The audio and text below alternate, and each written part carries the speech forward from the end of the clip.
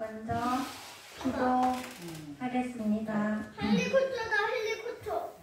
하나님 아버지, 오늘 이 시간 수요 예배 주님께 올려드리러 우리 모였습니다. 오늘 예배할 때에 우리 삶이 예배가 되게 하여 주시옵고 매일매일 내 삶 속에 주님을 찬양하는 우리가 되게 하여 주시옵소서. 오늘 말씀을 듣고 또 한 주간 또 내일도 살아갈 때에 우리 말씀 안에 우리가 있고 말씀을 항상 우리 마음에 새기며 그렇게 사는 우리가 되게 하여 주시옵소서. 예수님 이름으로 기도드렸습니다. 어저께나 오늘이나 언제든지 우리 주님을 찬양하기를 바랍니다.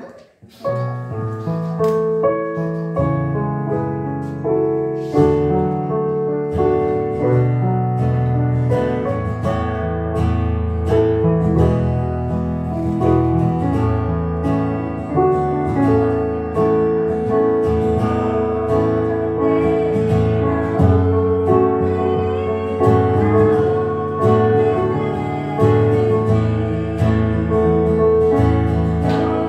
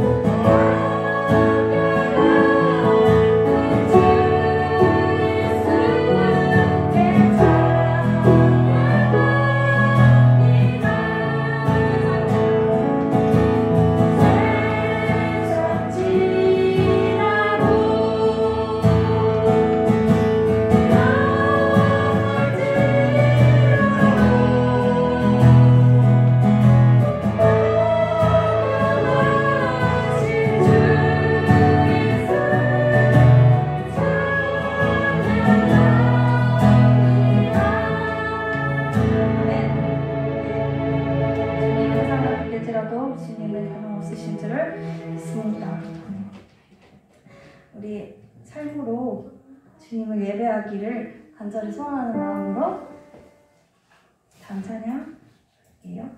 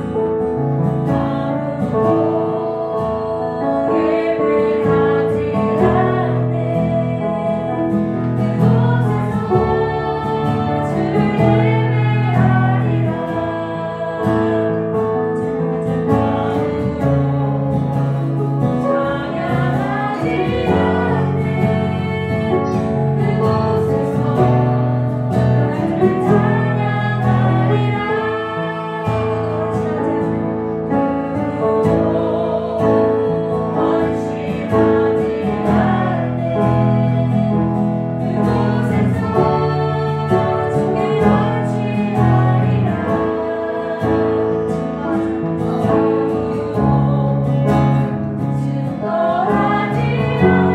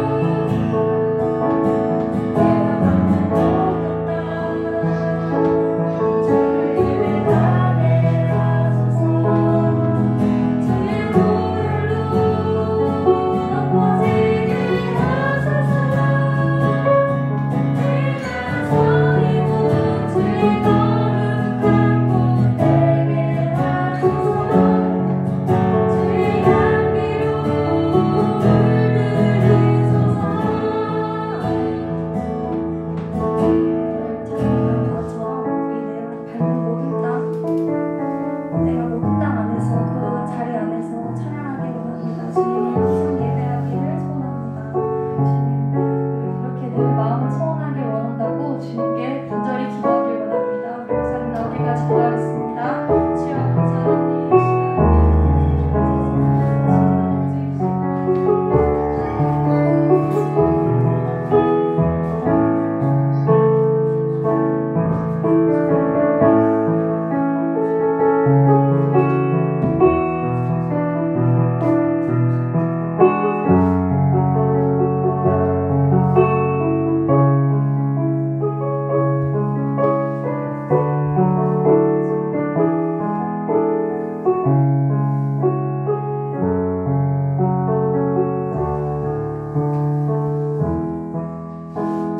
고맙고 감사하신 하나님 아버지, 오늘 주의 전에 나와서 하나님을 예배할 때 우리의 마음이 온전히 하나님 앞에 드려지는 마음이 되게 해주셨고, 우리의 삶이 하나님 앞에 보기에 합당한 자들로서 설 수 있도록 이 시간에 복을 내려주시길 간절히 원하오며 기도하신 예수님의 이름으로 기도드리옵나이다.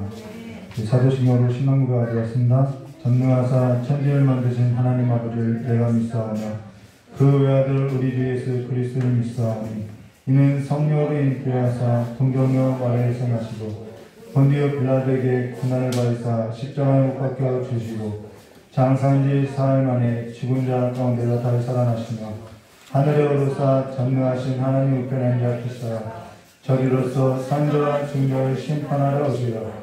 성령을 믿사오며 거룩한 공예와 성과 서로 교환과 죄를 사하신 것과 은혜를 사는 것과 영원히 사는 것을 사옵나이다. 아멘. 우리 연 선생님 다음에 이렇게 내가 맡는 그 찬양 후렴구를 힘있게 해서 다음에는 기도로 한번 끌고 나가봐요. 한번 준비해서 이게 잔잔하게 멈추는 것이 아니라 오히려 더 이렇게 돌려가지고 더 힘있게 돌려서 기도로, 뜨거운 기도로 한번 들으면 좋을 것 같아요. 우리 찬송 부르고 하나님 말씀 나누도록 하겠습니다.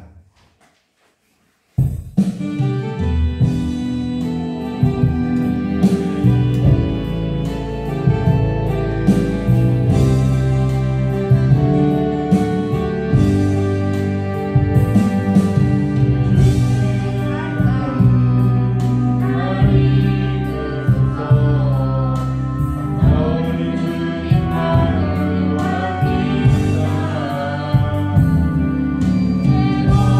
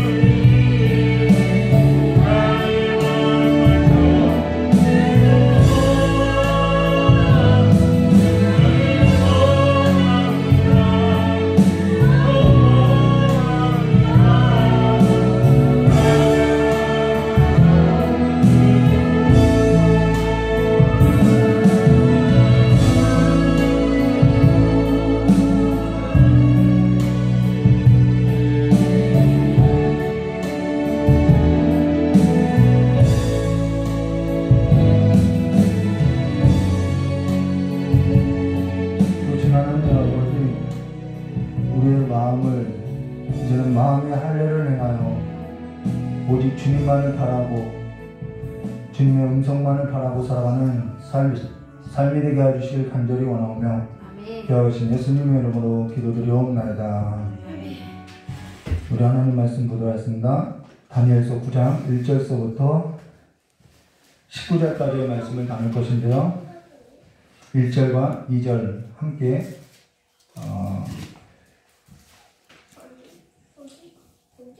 6절까지만 1절부터 6절까지만 교도하도록 하겠습니다. 다니엘서 9장 1절과 6절입니다.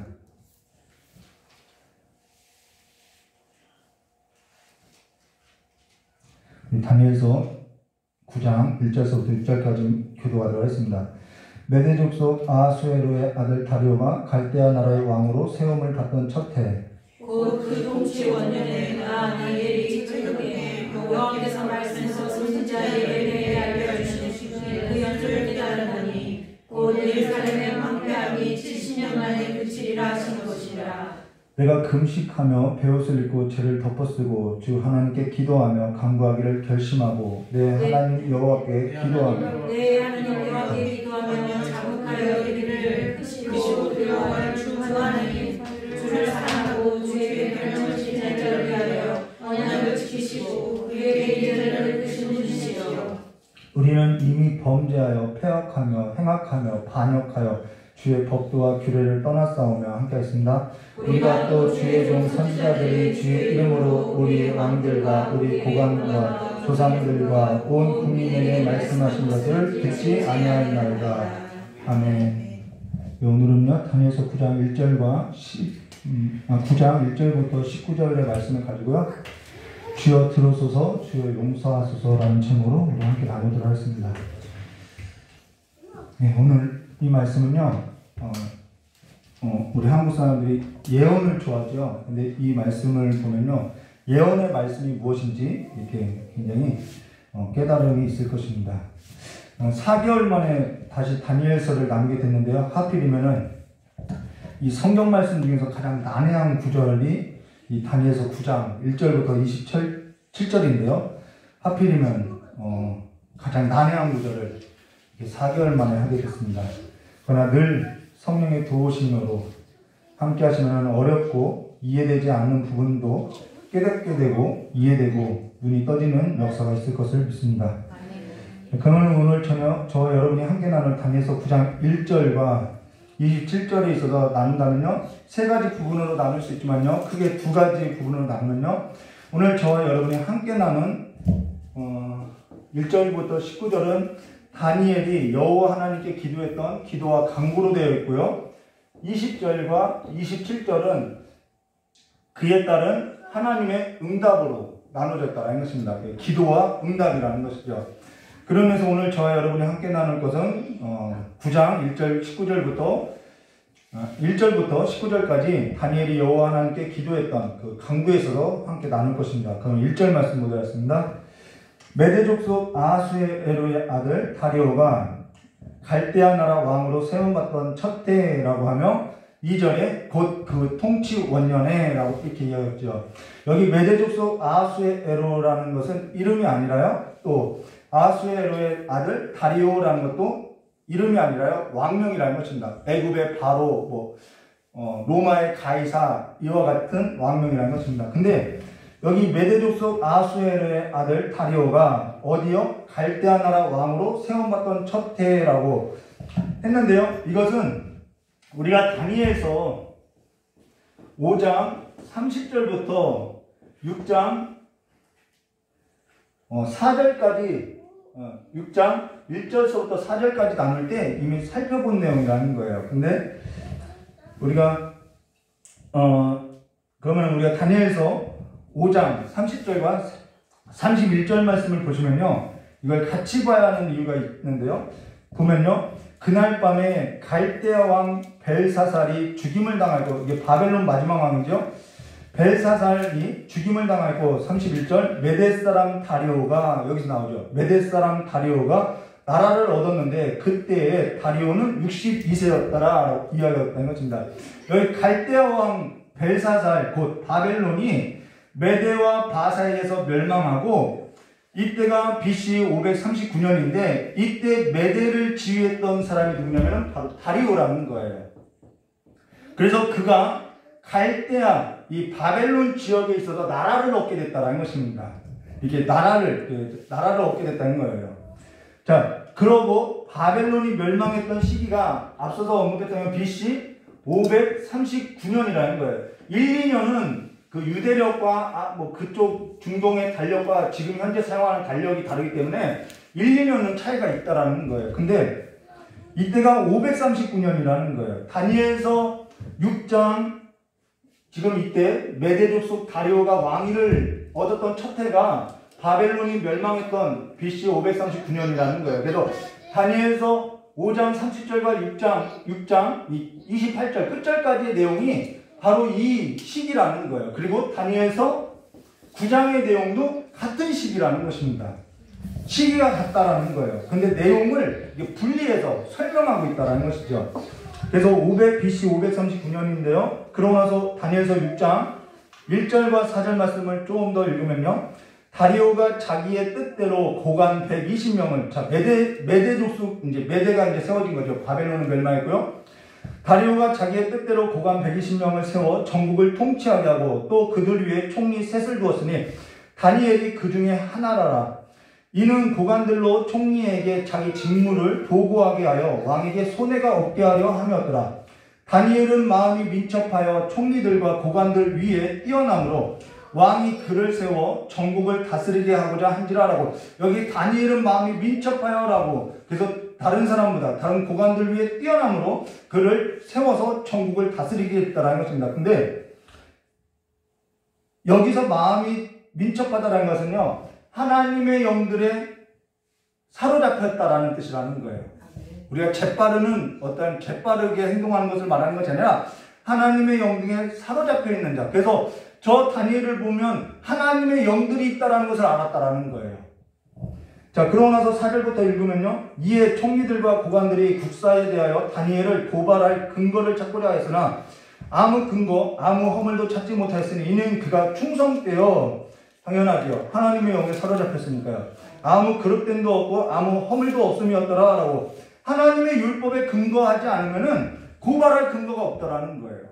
그러고 나서 5절과 7절 마저 보면요. 그들이 이르되 이 다니엘은 그 하나님의 율법에서 근거를 찾지 못하면은 그를 고발할 수 없으리라 하고, 옛 총리들과 고관들이 모여 왕에게 나아가서 그에게 말하되 다리오 왕이여 만수무강하옵소서. 나라의 모든 총리와 지사와 총독과 법관과 간원이 의논하여 왕에게 한 법령을 세우며 한 금령을 정하실 것을 구하나이다. 왕이여 그것은 곧 이제부터 30일 동안에 누구든지 왕 외에 어떤 신에게나 사람에게 무엇을 구하면 사자굴에 던져넣기로 한 것입니다 라고 지금 법령을 하나 만들었다는 거예요. 하나님의 율법에 있어서 따를 때에 걸려 넘어지도록 법령을 만들었다는 것입니다. 자, 그러면은 하나님의 율법에서 따르지 않으면 아무 문제 되지 않잖아요. 그거 너무 쉬운 문제 아닌가요? 내가 하나님의 율법에 있어서 잘 믿고 살아가는 것 같다가 하나님의 율법에 있어서 내가 따르게 될 경우 내가 손해를 보고 걸려 넘어지게 하는 법이 있다고 하면은 그냥 안 따라버리면 되는 거잖아요. 그럼 아무 문제 없잖아요. 그렇지 않나요? 근데 이것이 우리 믿는 자들의 늘 갈등이라는 거예요. 하나님의 말씀을 그래도 따를 것이냐 따르지 말 것이냐, 이건요 믿음의 사람들이나 고민하는 고민이라는 거예요. 저 여러분들이 그것을 고민하고 있다라고 하는 것은, 그것에 관해서 내가 갈등하고 있다라는 것은 내가 믿음을 제대로 믿고 있다라는 거예요.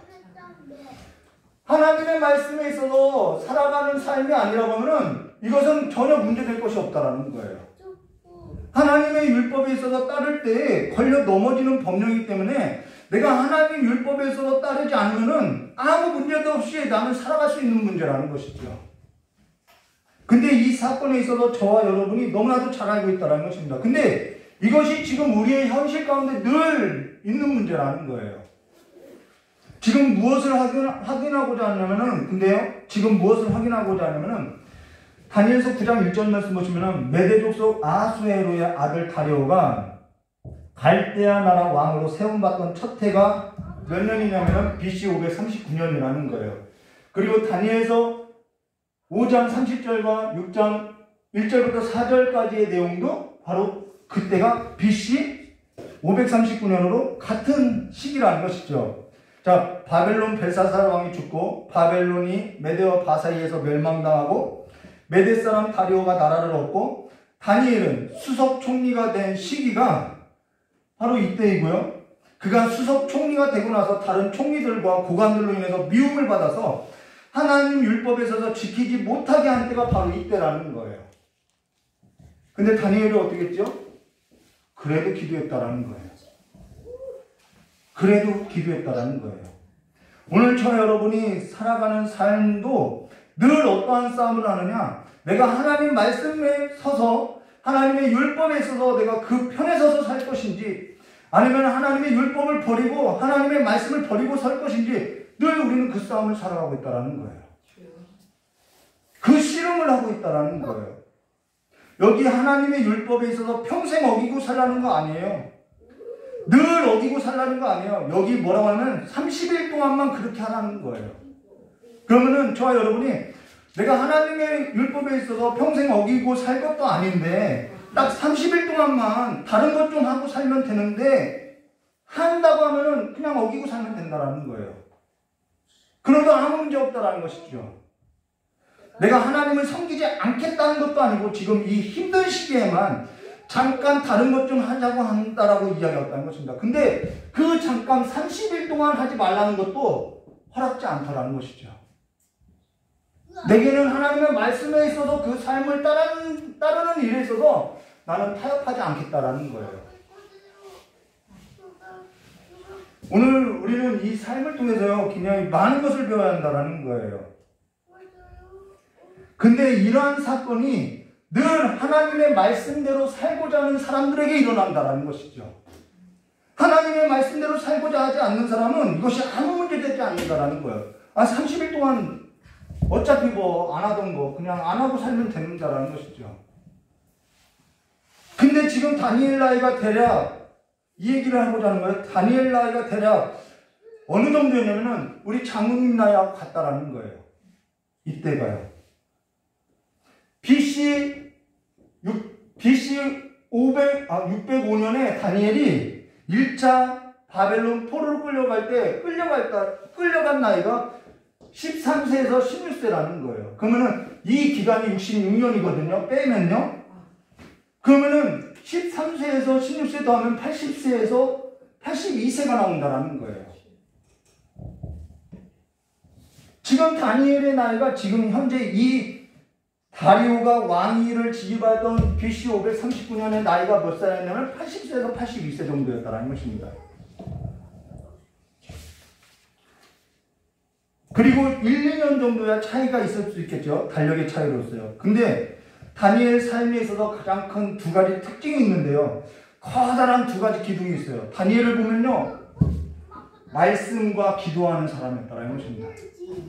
다니엘의 삶은요. 커다란 기둥이 세워졌는데요. 그 기둥이 뭐냐면 말씀과 기도라는 거예요. 다니엘 삶은요. 하나님의 율법에 근거하지 않으면 고발할 근거를 찾지 못할 만큼 하나님의 율법에 있어서 흠이 없고 허물이 없고 다른 어떠한 것도 찾아볼 수 없을 만큼 하나님의 말씀이 곧 그의 삶을 지배했다는 것이죠. 그러니 하나님의 말씀에 있어서 그 마음이 얼마나 민첩하겠냐는 거예요. 얼마나 하나님의 말씀에 있어서 그와 같은 삶을 붙들렸으니 그의 영이 얼마만큼 하나님의 영들에 있어서 더듬이가 세워져 있었겠냐는 것이죠. 그리고 또 하나는요, 다니엘 삶은요, 그냥 기도 자체였다라는 거예요. 2절 말씀 볼까요? 곧 그 통치 원년에 나 다니엘이 뭘 통해서요? 책을 통해. 이때 당시 책은 성경책을 말하는 거죠. 소설책이나 만화책을 말하는 거 아니겠죠. 책을 통해 여호와께서 말씀으로 선지자 예레미야에게 알려주신 그 연수를 깨달아 나니 곧 예루살렘의 황폐함이 70년 만에 그치라 하신 것이라 라고 지금 예언의 말씀을 말하고 있다는 것입니다. 근데 그가 무엇으로서 깨달았냐? 책을 통해 말씀을 깨달았다는 거예요. 그리고 그가 말씀으로 깨닫게 된 것은 스스로 깨닫게 되었다는 것이 아니라는 거예요. 깨닫게 했다는 것은 그 주체가 하나님께 있다는 것이죠. 하나님께서 하나님의 말씀을 통해서 그를 깨닫게 했다는 것입니다. 그리고 앞서서 다니엘서 6장 3절에 다니엘은 마음이 민첩하여 총리들과 고관들 위에 뛰어남으로 왕이 그를 세워 천국을 다스리게 하고자 한지라. 여기서 마음이 민첩하여라는 것은 앞서서 말한 것처럼 하나님의 영들에 사로잡혀서 감동된 자라는 뜻이라는 것입니다. 하나님의 영에 완전히 붙들렸다라는 거예요. 여러분은 지금 무슨 영에 붙들려서 살아가고 있나요? 여호와께서 말씀을 깨닫게 하실 때에 하나님의 영들에 있어서 그 말씀이 깨달아졌다는 것이죠. 그러면 반대로 마음이 민첩하여라는 것의 반대 개념이 뭐냐면은 당연히 마음이 둔하여라는 것이죠. 마음이 완악하여. 마음이 둔하여, 마음이 완악하여라고 말할 때는 항상 여호와의 말씀을 듣지 아니하였더라. 이것과 같다라는 거예요. 그 마음이 여호와의 율법에 있어서 듣지 아니하였더라. 그 마음이 완악하고 둔하다라는 거예요. 오늘 저와 여러분이 싸워야 할 것은요, 하나님의 율법에 있어서 들을 것이냐, 하나님의 율법에 있어서 내가 버리고 살 것이냐, 그 싸움이라는 것입니다. 그러면 다니엘이 책을 통하여 깨닫는 것이 뭐냐면은, 우리가 이제는 그걸 봐야겠죠? 예레미야서 25장 9절과 14절 말씀이에요. 보라, 내가 북쪽 모든 종족과 내 종 바벨론의 왕 느부갓네살을 불러다가 이 땅과 그 주민과 사방 모든 나라를 쳐서 진멸하여 그들의 놀램과 비웃음거리가 되게 하며 땅으로 영원한 폐허가 되게 할 것이라. 여호와의 말씀이라. 내가 그들 중에서 기뻐하는 소리, 즐거워하는 소리죠. 즐거워하는 소리, 신랑의 소리, 신부의 소리. 이게 무슨 말이냐면요, 전쟁이 일어난다라는 거예요. 그래서 혼인할 수 없게 된다는 것이죠. 남자들은 군대에 끌려가고요. 지금 우크라이나, 러시아가 그러죠. 맷돌 소리. 자, 전쟁이 있으면 반드시 뭐가 오죠? 우크라이나도 그러죠. 경제적인 어려움이 따른다라는 거예요. 그래서 맷돌 가는 소리가 줄어든다라는 거예요. 먹을 것이 없기 때문에요. 맷돌 소리와 등불빛 빛이 끊어지게 하리니, 자, 생산할 것이 없기 때문에, 황폐하게 됐기 때문에 기름을 생산할 수 없는 거예요. 전력을 생산할 수 없는 거죠. 등불빛이 끊어지게 하리니 이는 모든 땅이 폐허가 되어 놀랄 일이 될 것이며 이 민족들은 70년 동안 바벨론 왕을 섬기리라. 지금 여러분 예언의 말씀을 제가 앞에서 언급한 것처럼 지금 다니엘은 이 예레미야를 통해서 예언했던 이 말씀을 어떻게 살아가고 있는 거예요? 실제 눈으로 확인하고 살아가고 있다는 거예요. 내가 우리 민족이 왜 바벨론에 끌려왔지? 예레미야 선지자를 통해서 했던 그 예언의 말씀이 성취된 것을 지금 몸으로써 체험하고 있다는 거예요. 실제 자기 눈으로 이 사실에 있어서 보고 확인하고 있다는 것이죠. 이들이 바벨론에 끌려온 것은 우리 민족이 바벨론보다 약하여서가 아니라 내가 힘이 없고 실력이 없어서가 아니라 내가 여호와의 말씀을 듣지 않았다라는 거예요. 그로 인해서 12절 말씀이요. 여호와의 말씀이나 70년이 끝나면 내가 바벨론 왕과 그의 나라와 갈대아인의 땅을 그 죄악으로 말미암아 벌하여 영원히 폐허가 되게 하되 내가 그 땅을 향하여 선언한 바 곧 예레미야가 모든 민족을 향하여 예언하고 이 책에 기록한 나의 모든 말을 그 땅에 임하게 하리라. 그리하여 여러 민족과 큰 왕들이 그들로 자기들을 섬기게 할 것이나 나는 그들의 행위와 그들의 손이 행한 대로 갚으리라 라고 했던 이 예언이, 예레미야를 통해서 했던 이 예언이 지금 성취되고 이루어지고 그 예언의 말씀 가운데 이들이 살아가고 있다는 것이죠. 실제 눈으로 보고 있다는 거예요.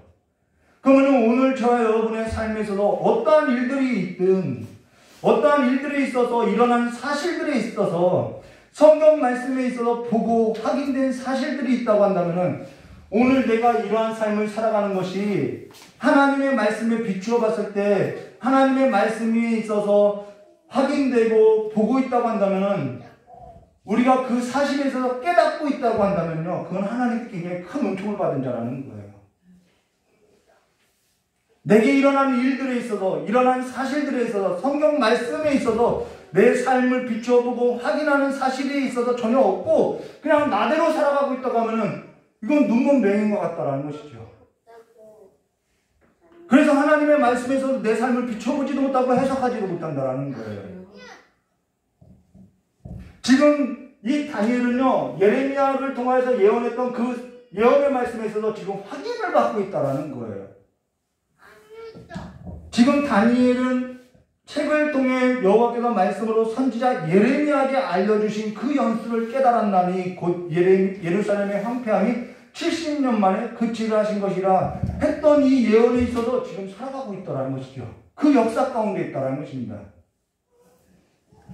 어떤 깨달음, 그러면 다니엘에게는 어떠한 깨달음이 있었냐나 두 가지 깨달음이 있었다는 것이죠. 자, 첫 번째는요, 어째서 이스라엘 민족이, 나와 이스라엘 민족이, 자신도 포함하여 나와 이스라엘 민족이 바벨론에 끌려오고 어때서 하나님께서 기업으로 주신 그 땅이 어떻게 황폐하게 되었는가, 그것을 실제로 보고 깨달아가고 있다는 것입니다. 그들이 바벨론보다, 나와 이 이스라엘 민족이 바벨론보다 힘이 없고 약해서 패하게 된 것이 아니고 망하게 된 것이 아니라 우리가 여호와의 말씀을 떠나 있었다라는 거예요. 그것을 하나님의 말씀을 통해서 깨달았다는 거예요. 여호와의 말씀을 듣지 아니하고 마음이 둔하여지고 눈이 어두워져서 여호와의 말씀을 따르지 아니하고 마음에 완악한 대로 살아서 여호와께서 그들을, 나와 그 땅을, 그 땅에서 쫓아내어서 황폐하게 하셨다라는 것입니다. 말씀이 자신의 삶 가운데 이루어진 것에 대해서 지금 확인받고 있다는 거예요. 해석되어지고 있다는 것이죠. 그리고 다른 하나는 뭐냐면요, 이거는 절망이죠. 근데 다른 하나는 뭐냐면은 예레미야서 29장 10절과 14절이에요.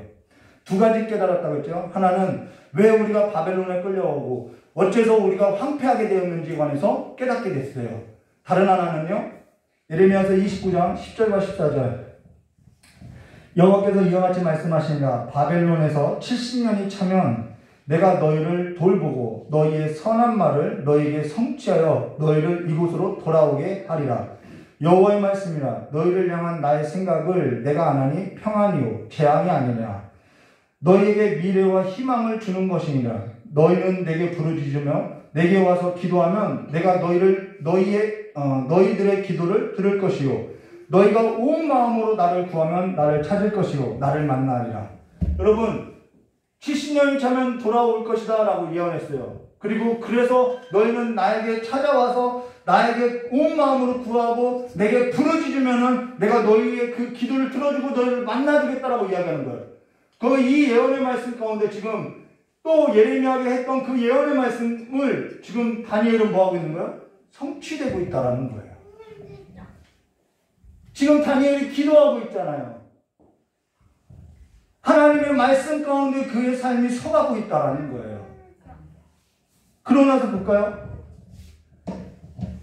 너희가 온 마음으로 나를 구하면 나를 찾을 것이고 나를 만나리라. 이것은 여호와의 말씀이다. 나는 너희들을 만날 것이며 너희를 포로된 중에서 다시 돌아오게 하되 내가 쫓아 보내었던 나라들과 모든 곳에서 모아 사로잡혀 떠났던 그곳으로 돌아오게 하리라. 이것이 여호와의 말씀이라. 자, 바벨론에서 70년이 차면은 내가 너희를 돌보고 나의 선한 말을 너희에게 성취하여서 너희를 이곳으로 다시 돌아오게 하리라는 것은 소망이라는 것입니다.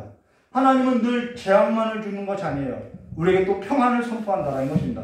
소망에 관한 소식을 전하고 있다는 것이죠. 근데 앞서 언급했던 것처럼 지금 어떠한 시기느냐, 다니엘이 BC 605년에 포로로 끌려와서 BC 539년 메대와 바사이에서 바벨론이 멸망하고 66년 포로 기간이 찰때로서 지금 1, 2년은 달력의 차이가 있다고 했어요. 그러면은 1, 2년이 지나면은 이들은 바벨론 포로에서 다시 하나님께서 약속하신 그 기업으로 돌아와서 여호와께서 말씀하신 그 예언의 말씀에 있어서 성취된 것을 이들은 보게 될 거라는 거예요. 1, 2년만 버티면 된다라는 거예요. 1, 2년만 지나면은 지금 예레미야 29장에 소망에 그 관한 소식을 전한 그 일이 지금 성취될 거라는 거예요.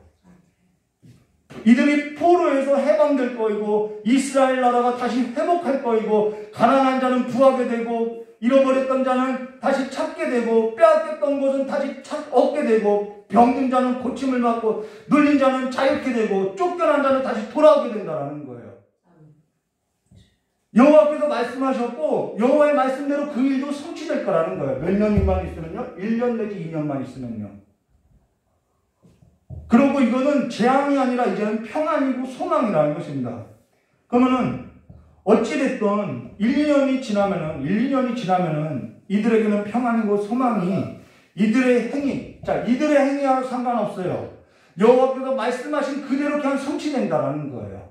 그러면 오늘 저와 여러분이 이와 같은 소리를 들었다면은 오늘 저와 여러분은 어떤 행동을 했겠냐는 거예요. 어찌됐든 하나님께서 복을 주신다고 하니까 지금처럼 그냥 지내다가 그냥 하나님 복이나 받고 내 삶에서도 먹고 즐기고 살 것인지 아니면은 지금 당장 이루어진 것도 아닌데 앞으로 1, 2년은 더 기다려야 하는데 라고 하면서 지금처럼 그냥 자기 삶에 있어서 탓을 하면서 살 것인지 지금 저와 여러분은 어떠한 삶에 있어서 지금 비추고 살아가고 있냐는 거예요. 1, 2년만 있으면은 하나님께서 소망의 일로서 이루실 건데 지금 그 일에 있어서 우리가 기다리고 있는데 우리는 그 기간을 어떠한 삶으로서 비춰내고 살아가고 있냐는 거예요. 요즘 저희 아내에게 저녁마다 이야기하는 것이 있어요. 무엇을 나누냐면요. 나이들에 있어서 이야기하고 있어요. 저도 저희 아내하고 나이가 들어가면서 나이들에 있어서 영성이 뭘까, 신앙이 뭘까, 이제는 성도들하고 나눠야 할 때가 된 것 같아서 계속 나이들에 있어서 이렇게 묵상하다가 깨닫게 된 것이 바로 이 다니엘서라는 것입니다. 지금 다니엘 나이가 대략 저희 장로님하고 같다고 했다라는 거예요. 80세에서 82세. 근데 다니엘은 마음이 어떻게 했다고요? 민첩하여라고 이야기한다는 거예요. 그러면 마음이 민첩했던 다니엘이 행동했던 행동은 뭐냐? 저 같으면은 1, 2년 그냥 가만히 있어도 복을 주니까 그냥 기다릴 것 같아요. 아무것도 안 하고 그냥 아니면은 지금 당장 이루어진 것도 아니니까 내 삶의 뻑뻑함 때문에 그냥 늘 이렇게 짜증을 내면서 살 것 같아요. 그런데 마음이 민첩했던 하나님의 영들에 사로잡혔던 다니엘의 행동은 어떠했는지 오늘 성경이 말해주고 있다는 거예요. 3절과 4절 말씀 볼까요? 내가 금식하며 베옷을 입고 죄를 뒤집어 쓰고 주 하나님께 기도하며 간구하기를 결심했다라는 거예요. 다니엘은 그냥 한마디로 요약하면요, 그냥 기도라는 거예요. 그들의 그 삶은 말씀과 기도, 그냥 그의 삶이라는 거예요. 내가 하나님 여호와께 기도하며 자복하여 이르기를 크시고 두려워할 주 하나님, 주를 사랑하고 주의 계명을 지키는 자를 위하여 언약을 지키시고 그에게 인자를 베푸시는 이여라고 이 금식하며 베옷을 입고 죄를 뒤집어 쓰며 주 하나님께 기도하며 간구했다라는 것입니다. 그리고 결단했다라는 거예요. 결심했다라는 거예요. 다니엘은 이러한 결심을 자주 해요. 한 번에 하는 것이 아니라는 것입니다. 여기 다니엘에 있어서 세 가지 행동이 기록되어 있는데요. 하나는 금식하며라는 것은 이 일은 내 힘으로 안 됩니다. 이 고백이라는 거예요. 베옷을 입었다는 것은 제사장이 성수에서 일을 할 때 입는 옷으로서요. 이 베옷을 입고 성수에서 일을 할 때요. 제사장은 땀을 흘려서는 안 된다는 거예요. 왜 땀을 흘리면 안 되느냐면은 성수에서는 죄를 사하는 일을 하는데 그 죄를 사하는 일은 하나님의 구속의 역사에 있어서는 사람의 수고나 노력, 땀을 흘리는 일에 있어서 전혀 관여 없다라는 거예요. 그래서 베옷을 입고 하나님의 성수에서 일을 할 때는 땀을 흘려서는 안 된다는 거예요. 또 하나는 죄를 덮어쓰고라는 것은 삶의 끝이 죄밖에 남지 않았다라는 거예요. 내 모든 삶의 끝이 죄밖에 남은 것이 없다라는 거예요. 모든 것이 황폐하고 죄밖에 남은 것이 없다라는 것입니다. 그러면은 내 힘으로 안 돼요. 내 수고와 땀으로도 안 돼요. 나의 삶은 황폐한 것, 죄밖에 남은 것이 없어요. 그럼 뭐만 구하는 거예요? 하나님의 은혜만 구하는 태도가 바로 이 태도라는 거예요. 하나님의 국률만을 붙드는 태도가 바로 이 태도라는 거예요. 그러면은 전에 다니엘에 있어서 우리가 나눌 때 강조했던 것처럼 이러한 삶의 태도가 하루아침에 만들어지는 것이 아니라는 거예요. 갑자기 만들어지는 일이 아니라는 것이죠. 하나님께서 성경 말씀도 읽지 아니하는 자에게 성경 말씀을 통해서 깨닫는 마음을 어떻게 줘요? 하나님께서 예언했던 그 예언의 말씀에 있어서 자기 삶에 있어서 이루어졌는지 성경을 통해서 성경 말씀을 묵상하지 않는 자에게 어떻게 알게 해줘요? 하나님의 말씀에 듣지 않고 하나님의 말씀에 있어서 떠나 있는 자에게 그 하나님의 말씀을 통해서 깨닫게 하고 그 하나님의 말씀을 깨달았던 그 말씀이 너의 삶 가운데 지금 이루어지고 있어라는 것을 어떻게 확인시키고 보여주겠냐는 거예요. 그리고 그 사실에 있어서 어떻게 하나님 앞에 은혜를 구할 수 있겠냐는 거예요. 그래서 말씀 없이 기도가 안 된다는 거예요. 그냥 우리가 형식적으로 밥을 먹듯이 기도하는 기도야 얼마든지 할 수 있겠죠. 그런데 하나님께서 우리의 마음 가운데 성령을 통해서 하나님 말씀에서 깨닫게 해주시고 내 인생에 예언의 말씀, 성취된 예언의 말씀들이 이루어진 그 사실에 있어서 보고 확인하고 그래서 하나님의 은혜를 구하는 기도는요. 이 삶의 태도가 없으면 안 된다는 거예요. 늘 우리가 하던 대로 하던 기도는 할 수 있어요. 얼마든지 할 수 있어요. 앞서 보았던 것처럼 지금 다니엘이 기도하고 있는 것은요. 예레미야 29장 10절과 13절에 여호와께서 이와 같이 말씀하시나 다니엘이요. 이제 66년이에요. 1, 2년만 있으면은 70년 바벨론 포로 생활이 끝나는 걸 알아요. 이 말씀을 통해서 깨닫게 됐다라는 거예요. 바벨론에서 70년이 차면 내가 너희를 돌보고 너희의 선한 말을 너에게 성취하여 너희를 이곳으로 돌아오게 하리라. 여호와의 말씀이라. 너희를 향한 나의 생각은 내가 하나니 평안이요 재앙이 아니라 너희에게 미래와 희망을 주는 것이라. 이게 지금 80세에 받고 있는 하나님으로 받고 있는 미래와 희망이라는 거예요. 너희는 내게 부르짖으며 내게 와서 기도하면 내가 너희들의 기도를 들을 것이요 너희가 온 마음으로 나를 구하면 나를 찾을 것이요 나를 만나리라. 이 말씀이 다니엘을 기도하는 삶으로 붙들어 가더라는 거예요. 이 예언의 말씀이 다니엘의 삶을 지금 이루어지고 있다는 것을 보여주고 있다는 것입니다. 그러면 지금 저와 여러분이 내가 보고 있든 보고 있지 않든 깨달았든 깨닫지 못하든 이 성취된 예언의 말씀에 있어서 이루어진 삶에 대한 해석들이 있어야 하지 않겠냐는 거예요. 내 삶에 있어서 하나님의 말씀에 있어서 비추어봐서 내가 지금 어떠한 내 주소가 어디인지는 깨닫고 살아야 하지 않겠냐는 거예요. 그게 예언의 말씀이라는 것입니다. 그래서 내가 잘못된 길로 가면은 다시 하나님의 말씀으로 와야 하고요. 이것이 예언인 것이죠. 하나님의 말씀에 있어서 계속 개혁되는 것이 예언인 것이죠. 아무리 선포하고 아무리 이야기도 듣지 않으면 어쩔 수 없다라고 말할 수는 없겠지만은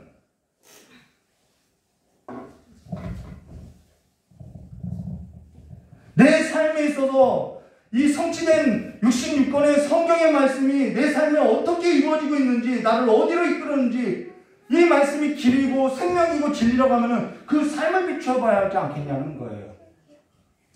사실 하나님께서 저와 여러분을요 저도 맡기신 거예요. 저와 여러분을 저에게 맡기셨기 때문에 이러한 일들에 있어서 때로는 보기도 하시고 알게 하시고 깨닫게 하시는 일들이 있다라는 거예요. 책을 통해 예언의 말씀이 이루어진 삶에 있어서 저와 여러분이 지금 살아가고 있는지 그 사실에 있어서 보게 하시고 깨닫게 하시고 알게 하시는 것들이 있다라는 거예요. 그래서 권면하기도 하고 이 말씀을 통해서 설교하기도 한다라는 것이죠. 오늘 저는 여러분이 앞서 다니엘서 9장 1절과 19절에 있어서 시기적으로는 어디와 같다고 했냐면요, 다니엘서 6장 1절과 28절하고 같다라고 우리가 서두에 이야기했지요. 그러면서 다니엘서 6장 8절과 10절 말씀 보시면 이렇게 말씀하셨어요. 이 시기가 같아서 같이 보는 거예요. 그런즉 왕이여 원하건대 금령을 세우시고 그 조서에 왕의 도장을 찍어 메대와 바사에 고치지 아니하는 규례를 따라 그것을 다시 고치지 못하게 하옵소서 하매 이에 다리오 왕이 조서에 왕의 도장을 찍어 금령으로 내리니라. 자, 이제부터 30일 동안 누구든지 왕 외에 어떤 신에게 사람에게 무엇을 구하면 사자굴에 던져넣기로 한 것이다 라고, 이것이 메대와 바사의 법이라는 거예요. 그러면 앞서서 말한 것처럼 저 같으면 무서워서라도 30일 동안은 기도하지 않을 것 같아요. 30일 동안만 지나면은 다시 기도하면 되겠다라는 생각을 할 것 같아요. 그렇게 생각하는 분이 저밖에 없을 것 같아요. 네. 그렇게 우리가 늘 쉬운 길로 가더라는 거예요. 하나님의 말씀을 따를 것인지 아니면은 내 머리와 내 합리적인 사고를 통하여서 조금 쉬운 길을 갈 것인지 늘 그 싸움을 하고 있더라는 것이죠. 근데 이 10절에요, 다니엘이 이 조서의 왕의 도장이 찍힌 것을 알고도 자기 집으로 돌아가서 윗방에 올라가 예루살렘을 향하여 창문이라 좀 닫고 있으면 안 들켰을 텐데요. 창문을 열고 전에 하던 대로 하루 3번씩 무릎을 꿇고 기도하며 그의 하나님께 감사했더라라고 지금 강조하는 것이 뭐냐면 전에 하던 대로 하루 3번이라는 거예요. 그가 바벨론 포로로 끌려와서 뜻을 정하여서 하루 3번 창문을 열고 예루살렘을 향해서 13살부터 16살 대략 이때부터 66년이라는 기간 80세부터 82세가 되는 동안에 전에 하던 대로 하루 3번씩 무릎을 꿇고 기도했다라는 거예요. 이 삶이 있으니까 하나님의 율법을 어기는 명령이 와도 그냥 하는 거라는 거예요. 그러한 삶이 몸에 배어있지 않으면요, 저 같은 생각을 하게 되어 있다라는 거예요.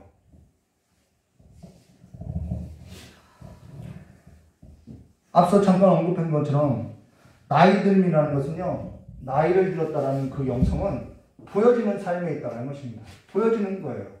이렇게 자라가는 삶에 있어서 보여지는 삶이라는 것입니다. 지금 그가 창문을 열고 전에 하던 대로라는 것은 다니엘이 전에 여러 사람에게도 이 삶이 비춰졌기 때문에 이것이 고발의 근거가 됐다는 거예요. 다니엘이 일부러 나 이런 사람이야 보이려고 창문을 열고 기도했던 것이 아니라 여러 사람이 그냥 다니엘의 삶을 보았더니 늘 전에 하던 대로 저렇게 기도하니까 말씀으로써 저를 고발하려고 근거를 찾아냈다는 거예요. 전에 하던 대로 하루 3번씩 무릎을 꿇고 기도하며 했던 것이 여러 사람들의 삶에 있어서 비춰지고 보여졌다는 것이죠. 다니엘 삶은요, 크게 2가지 기둥이 있다고 했어요. 하나는 앞서서 보았던 하나님의 율법에 있어서 늘 묵상하고요. 다른 하나는 전에 하던 대로 하루 3번씩 무릎을 꿇고 끝까지 기도하다라는 거예요. 그것을 정했다라는 거예요. 그 정한 삶에 있어서 어떠한 삶의 위협이 와도 옳지 않다라는 거예요. 그래서 다니엘이 포로로 끌려갔을 때가 13세부터 16세인데요. 다니엘서 1장 8절과 9절. 다니엘은 뜻을 정하여 왕의 음식과 그가 마시는 포도주로 자기를 더럽히지 아니하리라 하고 자기를 더럽히지 아니하도록 환관장에게 구하니 하나님이 다니엘로 하여금 환관장에게 은혜와 긍휼을 얻게 하신지라. 왜 그가 은혜와 긍휼을 얻는지, 그는 하나님 앞에 뜻을 구하고 살아갔다라는 거예요. 그러고 나서 다니엘서 2장 17절과 18절. 이에 다니엘이 목숨의 위협이 있을 때죠. 이에 다니엘이 자기 집으로 돌아가서 뭐 했나 보세요. 그 친구 하나냐와 미사엘과 아사랴에게 그 일을 알리고 하늘에 계신 하나님이 이 은밀한 일에 대하여 불쌍히 여기사 긍휼을 구하지요. 다니엘과 그 친구들이 바벨론의 다른 지혜자들과 함께 죽임을 당하지 않게 하시기를 그들로 하여금 구하게 하니라라고. 어떠한 일이 있든 어떠한 일이 없든 전에 하던 대로 그는 기도하는 사람이었다라는 거예요. 그가 80세에서 82세가 넘는 나이에도 하나님의 율법에 있어서 놓치지 않았고 여호와께 간구하는 일에 있어서 쉬지 않았다는 것을 보여주고 있다는 것입니다. 우리는 30일이 뭐예요? 그로 인해서 다니엘의 삶은요, 지금까지 저와 여러분에게 지금 이 삶이 보여지고 있다는 거예요. 나 이렇게 살았어 보여주려고 했던 것이 아니라 그는 그냥 그렇게 살았는데 그것이 믿는 자들에게 지금까지도 살아 역사하셔서 보여지고 있다는 거예요. 여러분, 나이 들면 영성은요 보여지는 삶이라는 거예요. 나이 들면 내가 어떠한 삶으로서 보여지겠냐는 것이죠. 마태복음 5장 14절과 16절 너희는 세상의 빛이라 산 위에 있는 동네가 숨겨지지 못할 것이라 사람이 등불을 켜서 말 아래 두지 아니하고 등경 위에 두나니 왜 하나님이 다니엘을 이렇게 성경의 역사 가운데 높이시는지 우리가 봐야 하는 것이죠. 이러므로 집안 모든 사람에게 비치니라. 이같이 너희의 빛이 사람 앞에 비치게 하여 그들로 너희 착한 행실을 보고 하늘에 계신 너희 아버지께 영광을 돌리게 하라라고. 여기 너희는 세상의 빛이래요. 사람들이 등불을 켜서 말 아래 두지 않고 등경 위에 두나니 이는 집안의 모든 사람에게 비치게 한다라는 거예요. 그러면 세상이 뭐냐? 빛이 없는 것이 어둠이지요. 성경은 세상을 어둠이라고 표현하고 있다는 거예요. 오늘 저와 여러분은 그 어둠을 비치는 삶으로서 지금 보여줘야 한다는 거예요. 이게 나이 들면 영성이라는 것을. 지금 저와 여러분의 삶에서 창문을 열고 보여지고 있는 삶이 뭐냐는 거예요. 요즘 저희 딸이요 찬양 집회에 참석하고 학교 기도운동에 참석하고 나서요 보여지든 보여지지 않든 학교에서 혼자 기도하고 있어요. 알죠? 저희 사모가 저에게 얘기해 줬으니까요. 그게 세상에 어두운 세상에 보여지는 삶이라는 거예요. 저희 권사님은 저희 장모님이죠. 저희 권사님은 늘 방에서 하나님 말씀을 묵상해요. 또 저 용인에 계시는 저희 장모님하고 권사님은 늘 가정 예배를 드려요. 그것이 보여지는 삶이라는 거예요.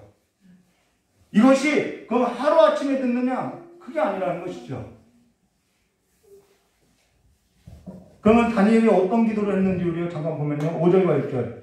우리는 이미 범죄하여 어떻게 해서 깨달았냐? 바벨론으로 끌려와서 하나님의 말씀을 통하여 보니까 우리가 왜 끌려왔는지 보게 됐다라는 거예요. 그래서 깨달았다라는 것이죠. 이미 범죄하여 패역하여 행악하여 반역하여 주의 법도와 규례를 떠났사오며 우리가 또 주의 종 선지자들이 주의 이름으로 우리 왕들과 우리 고관들과 조상들과 온 국민에게 말씀한 것을 듣지 아니하였나이다.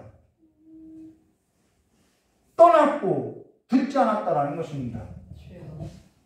다니엘은요 이와 같은 커다란 죄악을 우리 조상들만에게라고 해당하지 않고 우리라고 나도 포함시키고 있다는 것이죠. 왜요? 지금 그가 바벨론으로 포로로 끌려온 이유가 어디서 찾아내면은 조상들이 범죄해서 나와 조상을 분리한 것이 아니라 나와 다른 사람을 분리한 것이 아니라 내가 어쨌든 바벨론의 포로로 끌려왔으면은 나도 하나님의 말씀에 있어서 책을 통해서 비춰봤을 때 나도 뭐라는 거예요? 죄인이라는 거예요. 하나님의 재앙이 내게 임하였다는 것은 내가 하나님의 말씀에 있어서는 떠나 있었다는 거예요. 여기 마음이 민첩하여라고 하나님의 영들에 있어서 크게 감동하여서 살아가는 사람은 하나님의 말씀에서 깨닫는 자는요 나와 다른 사람을 분리해서 생각하는 것이 아니라 성경 말씀이 지금 내게 하신 말씀이며 우리 모두에게 하신 말씀으로서 듣고 깨닫는다라는 거예요. 그래서 이 사건이 다른 사람에게 있어서 죄악이 아니라 내 죄악도 된다라는 것이죠. 그러나 8절과 11절 말씀 볼까요? 주여 이 수치, 이 황폐하게 된 이 수치, 이 부끄러움, 이 수치가 우리에게 돌아오고 우리 왕들과 우리 고관과 조상들에게 돌아온 것은 누가요? 우리가 주께 범죄하였나이다. 범죄했다고 고백한다는 것입니다. 그리고 주 우리 하나님께는 긍휼과 용서하심이 있사오니 용서가 있다는 것. 여러분, 저와 여러분이 하나님께로부터 용서함 받았다고 우리가 고백하죠. 용서함 받았다는 고백 그 자체가 뭐하는 거예요? 우리가 범죄했다는 사실을 인정하고 있다는 거예요. 여기 하나님의 긍휼과 용서하심이 있사오니라는 것은, 용서가 있다는 것은 우리에게 있어서 이미 범죄함이 있다는 거예요. 우리 주께 패역하였사오며 우리 하나님 여호와의 목소리를 듣지 아니하고 또 나오죠. 뭐가 범죄한 거예요? 여호와의 목소리를 듣지 않는 것이 범죄한 거예요. 여호와께서 그의 종 선지자들에게 붙다가 우리 앞에 세우신 율법을 행하지 아니하였으며 그로 인해서 온 이스라엘이 주의 율법을 범하고 어떻게 해요? 자, 듣지 아니하고요. 하나님 율법에 행하지 않으니까요. 그 결과가 뭐예요? 치우쳐가는 거예요. 하나님의 뜻에 걷지 못하고 치우쳐가서 주의 목소리를 듣지 아니하였으므로 이 저주가, 자, 치우쳐간 결과가 뭐예요? 당연한 거죠. 하나님께서 기록된 말씀대로 그 저주와 재앙이 임하는 것이죠. 이 저주가 우리에게 내리게 되었으니 곧 하나님의 종 모세의 율법에 기록된 맹세대로 되었사오니 이는 우리가 주께 범죄하나이다 라고. 듣지 않았고 그래서 다 치우쳐갔고 그로 인해서 모세에 기록된 대로 하나님의 공의로서 율법에 기록된 모든 저주와 재앙을 이들에게 미치겠다라는 거예요. 이들이 힘이 없어서 바벨론에 패하고 메대와 바사에 있어서 노예가 되어서 살아간 것이 아니라 여호와의 말씀을 듣지 않았다라는 것입니다. 여호와를 떠났다라는 거예요. 그리고 그들의 삶이 치우쳐버렸다라는 것이죠. 치우쳐버렸을 때 그 결과가 기록된 모든 재앙이 임하겠다라는 거예요. 오늘 우리가 하나님께 듣는 마음 달라고 기도하지 않겠어요?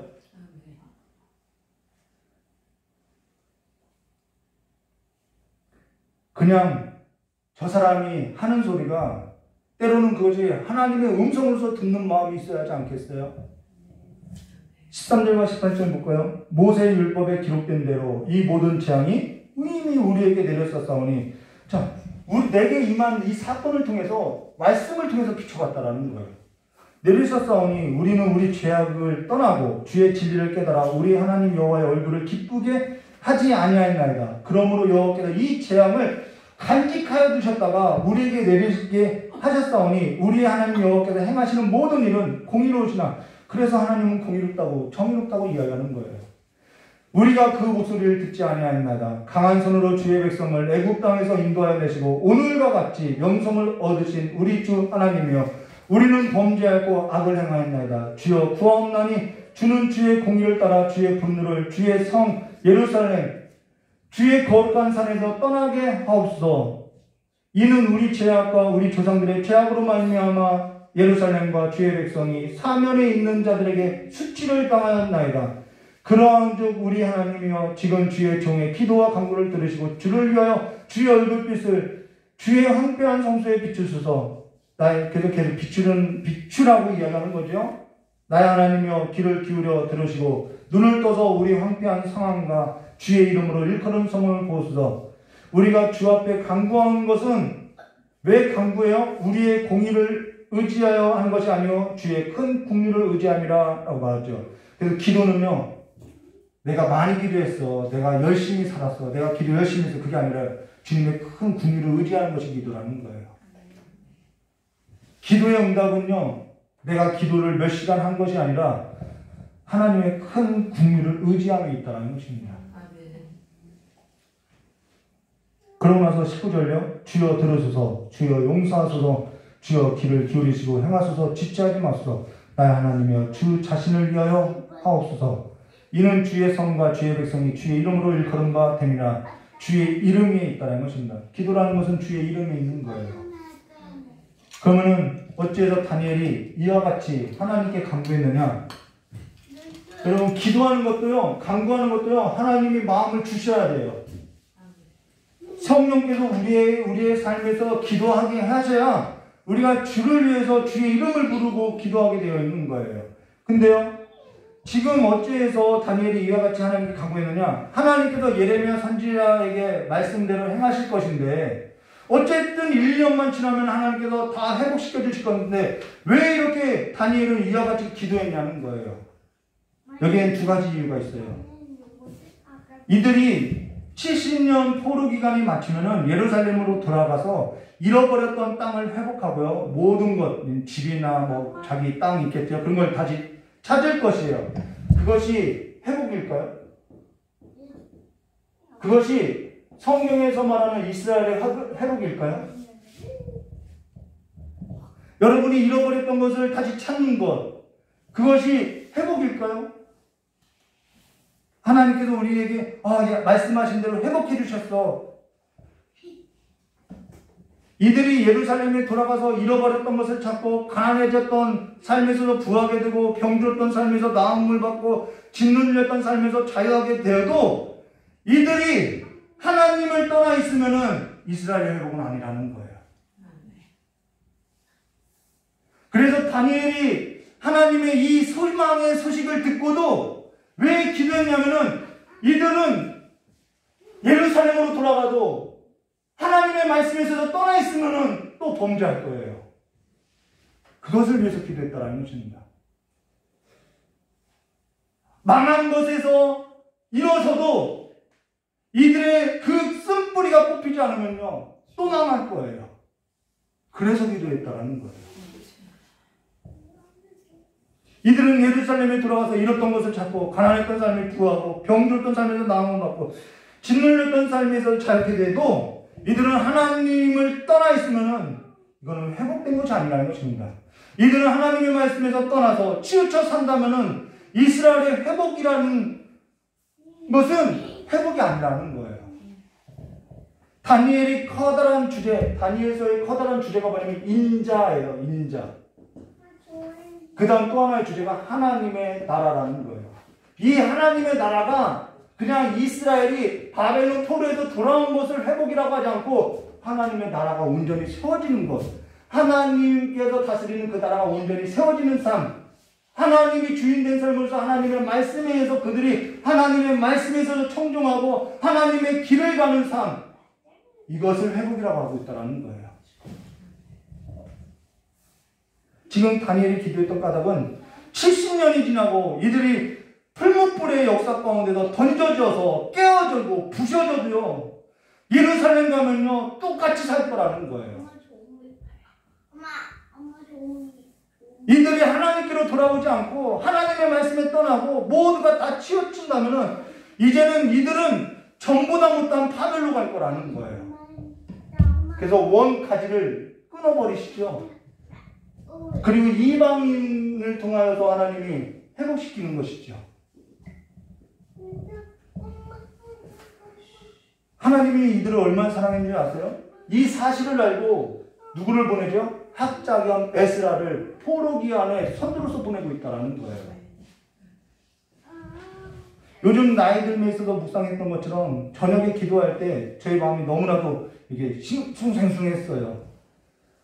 너무나도 저녁에 이렇게 교회 오면서 기도하러 교회를 오는데 마음이 뒤죽박죽해서 기도하는데 하나님이 저희 마음에 내 소원이 뭐냐고 말씀해 주시는 거예요. 그래서 내 마음이 뒤죽박죽한 것에 대해서 그냥 그대로 이야기를 했어요.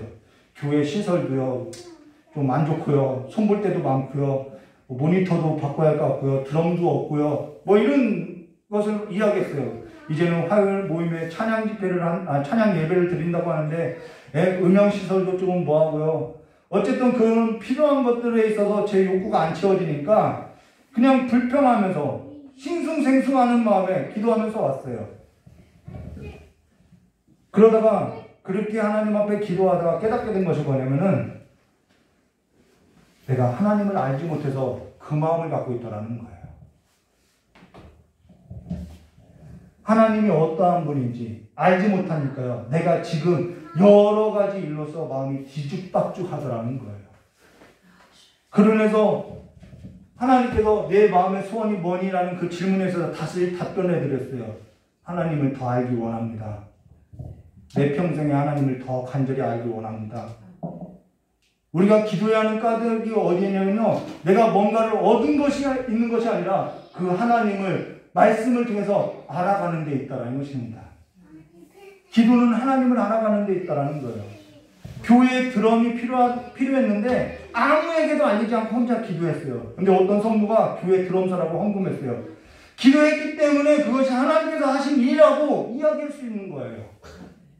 만약에 제가 기도하지 않고 어디서 돈을 꾸고 돈을 빌리고 해서 드럼을 사놨다고 하면은 그냥 내가 사놓은 일이 된다는 거예요. 오늘 저와 여러분의 삶에 있어서 보여지는 삶이 있으시기를 주님의 이름으로 축원합니다. 오늘 저와 여러분이 나이 들음에 있어서 깊어질수록 더욱 깊이 생각할 것이 뭐냐면요, 어둠을 밝히는 빛의 자녀로 비추는 삶이 되시고 빛 대신 주님을 더욱 알아가는 성도로서 일어나시기를 주님의 이름으로 축원합니다. 이 하나님을 알아가는 것이 진정한 회복이라고 이야기하고 있다는 거예요. 여러분의 삶에 회복이 있는지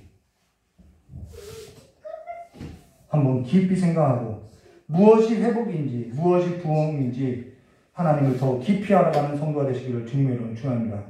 오늘 세 가지 놓고 기도할 것인데요. 하나님, 내 마음 가운데 듣는 마음을 달라고 기도하시고요. 우리 삶이 이제는 하나님의 빛으로 드러나는 삶이 되게 해달라고 기도하고요. 무엇보다도 하나님을 더욱더 알게 해달라고 기도하시기를 주님의 이름으로 축원합니다.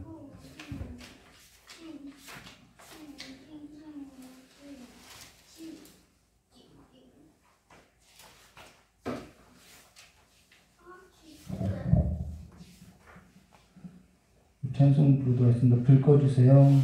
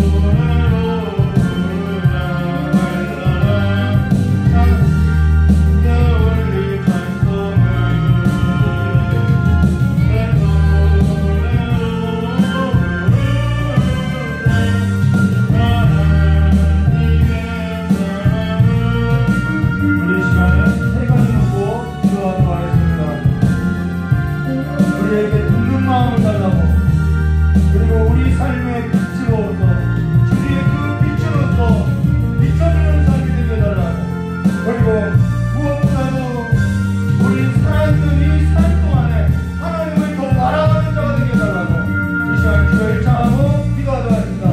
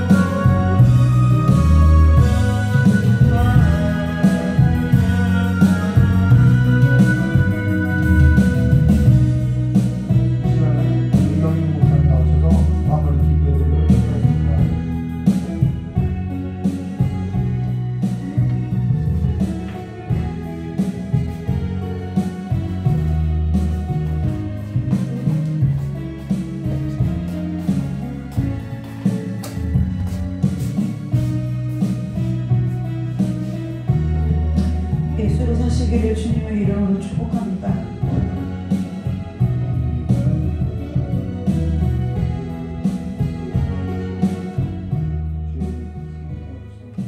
우리가 목사님 나이를 먹어가는 얘기를 하는데요.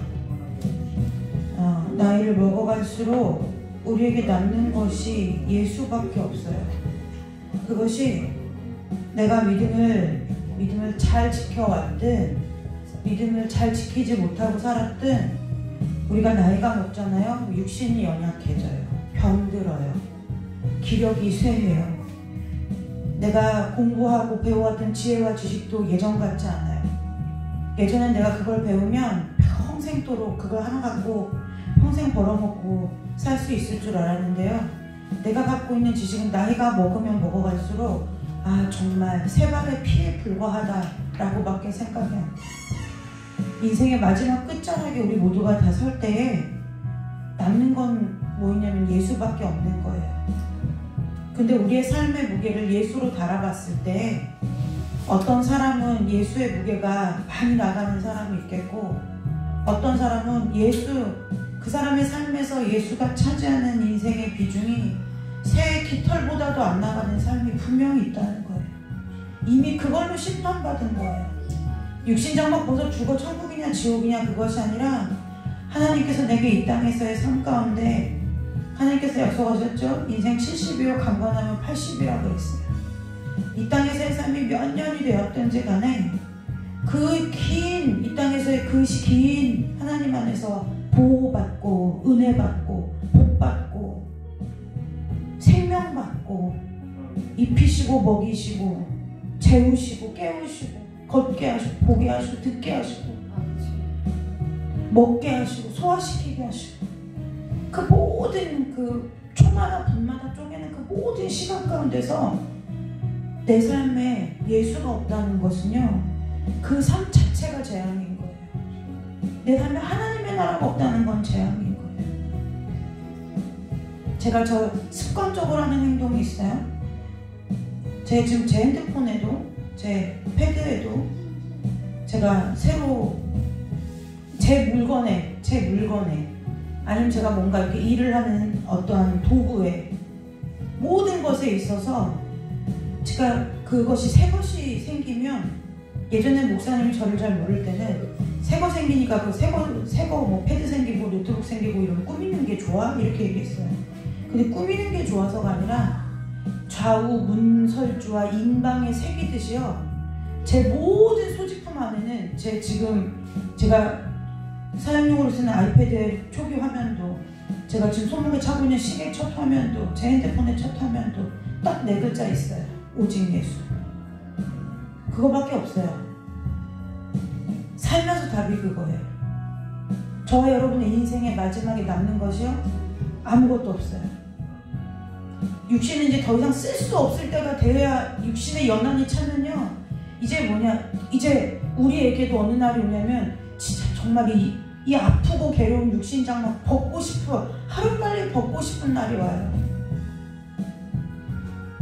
여러분, 그때 여러분이 예수의 무게로 달아지는 인생 되시기를 주님의 이름으로 축복합니다.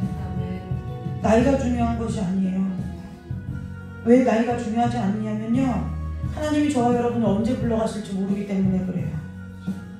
우리에게 내일이 있으리라는 보장을 아무도 해줄 수가 없어요. 예수로 사시기를 주님의 이름으로 축복합니다. 결국 예수로 사는 게 말씀 보고 기도하고 사는 건데요, 제가 아무리 천지개벽하고 바쁜 일이 있어도 아침에 교회 와서 단 5분을 있다가 하더라도 성전에 와서 머물다가요, 어떨 때 기도 못하고 누워있다 갈 때도 있어요. 왜 그럴까요? 하나님과 약속이기 때문에 그래요. 내 안에서 오늘 하루에 예수를 또 새기려고 그래요. 예전에 저희 시골교회에서 후배가 청년회 회장, 중고등부 회장이 됐어요. 저보고 그러는 거예요. 언니가 제일 싫대. 저보고 말하는, 언니가 제일 싫대요. 왜 싫으냐? 언니, 내가 언니 별명 지었어. 뭐? 그랬더니 저보고 기도해. 말만 하면 기도하라 그런대요. 말만 하면 기도하라 그런대요. 그런데 여러분, 왜 그럴까요? 기도해야 사니까 그래요. 기도해야 생명도 연장받고요, 기도해야 내 가난한 삶도 부해지고요. 근데 그 기도의 연료가 무엇이냐? 나의 노력과 나의 의지가 아니라는 거예요. 오늘 하나님께서 약속으로 주신 기록된 생명의 말씀, 이거 붙들어야 된다는 거예요. 우린 이거 붙들고 기도해야 된다니까 막 외워서 막 소리를 질러가며, 그것이 아니라 오늘 이 말씀이 내 삶 가운데 무엇을 이야기하고 있는지 그 말씀의 깊은 은혜 가운데 들어가야 된다는 거예요. 힘쓰세요. 하나님의 뜻을 알기를 힘쓰세요. 애쓰세요. 매어 달리세요. 살아계신 하나님이 내 하나님이시라면 하나님의 말씀 앞에 목숨 걸지 않을 인생이 없어요. 하나님, 내 삶이 이리로 갈까요? 저리로 갈까요? 그거 관심 없어져요. 아까 오후에 김동호 목사님 설교 듣고 왔는데 김동호 목사님 그러시더라고요. 암이 당신한테는 은사래요. 하나님의 암을 나에게 3가지나 주셨는데 그것으로 인해서 하나님을 더 자랑하고 증거하니 그것이 나에게 은사라는 거예요. 그 힘이 어디서 와요? 그분의 믿음의 힘이 어디서 와요? 그분이 대단해서가 아니에요. 어떻게 하든지 하나님의 말씀, 하나님의 뜻을 하려고, 하나님께서 나의 삶 가운데 오늘 왜 이 질병을 주셨을까? 이걸 통해서 나를 통해서 하나님께서 무슨 하나님의 뜻을 이루시려고 나한테 이 질병을 주셨을까? 이거 갖고 하나님의 말씀 앞에 씨름하는 거예요. 여러분, 말씀 앞에 씨름하지 않는 사람은요, 인생에 답이 없는 인생이에요. 여러분이 이 마음의 풍랑이 풍랑일 때 예수 두 글자 떠오르면 괜찮아져야 되는 거예요. 그게 내 하나님이 살아계시다는 증거예요. 백날 천날 뭘 보고 듣고 계시를 받고 별의별 예언을 다 받아도 내 마음에 풍랑일 때 예수 두 글자 떠올렸는데도 내 마음이 정신 나간 사람 같으면 미안하지만 죄송하지만 복음과는 전혀 상관없는 사람이에요. 술객과 박수와 같은 사람이에요. 똑같이 흉내내죠. 출애굽기에 여러분들이 믿는 하나님이 오늘 말씀으로 기록되어지신 온 세상 천지 만물의 주인 되신 하나님이 아니라 술객과 박수들이 믿는 만들어 섬기는 우상과 같은 것을 여러분들이 이름만 하나님이라고 붙여서 섬기는가는 거예요. 여러분 진리 되신 주님을 만나는 은혜 있으시기를 주님의 이름으로 축복합니다. 그 말씀이 여러분들의 삶 가운데 적용되어지고 깨달아지는 은혜가 있기를 주님의 이름으로 축복합니다. 어떤 분이 저한테 이렇게 얘기하더라고요. 구약시대 역사 사실인 거 안 돼요. 자기는 중동 근대사를 배웠기 때문에 안 돼요. 근데 그것이 오늘 나와 무슨 상관이 있냐. 오늘 여러분들도 저와 여러분도 말씀 앞에 그런 태도를 갖지 않느냐는 거. 이건 바울한테 하는 이야기지. 이건 요셉의 삶이지. 이건 다윗의 삶이지. 이건 아브라함의 삶이지. 내가 이렇게 산 적이 없는데 이건 이스라엘의 고대 근동의 역사지. 우리나라 역사와 나의 인생과 상관이 없는데 그러니 말씀이 뭘 깨달아지겠느냐는 거예요. 어떻게든지 알면 공부해야 하지 않겠어요? 힘써야 하지 않겠어요? 모르면 목사님을 찾든지 아니면 서점에 가서 책을 사서 읽어보든지 TV를 틀어서 방송으로 설교를 듣든지 자세를 말하는 거예요. 자세. 정말 내 마음에 하나님의 말씀에 관심 있고 자세, 들을 자세가 되어 있냐 이 얘기를 하는 거예요. 여러분, 저 여러분의 삶이 예수의 삶이 되시기를 주님의 이름으로 축복합니다. 여러분들의 평생의 소원이 예수 아는 것 그 외에는 없는 삶이 되시기를 주님의 이름으로 축복합니다. 우리 찬송 1장 부르고 축복기도 하고 예배 마치도록 하는데요. 여러분 정말 이 찬송가의 가사가 저와 여러분의 그 삶의 고백이 되시기를 주님의 이름으로 축복합니다.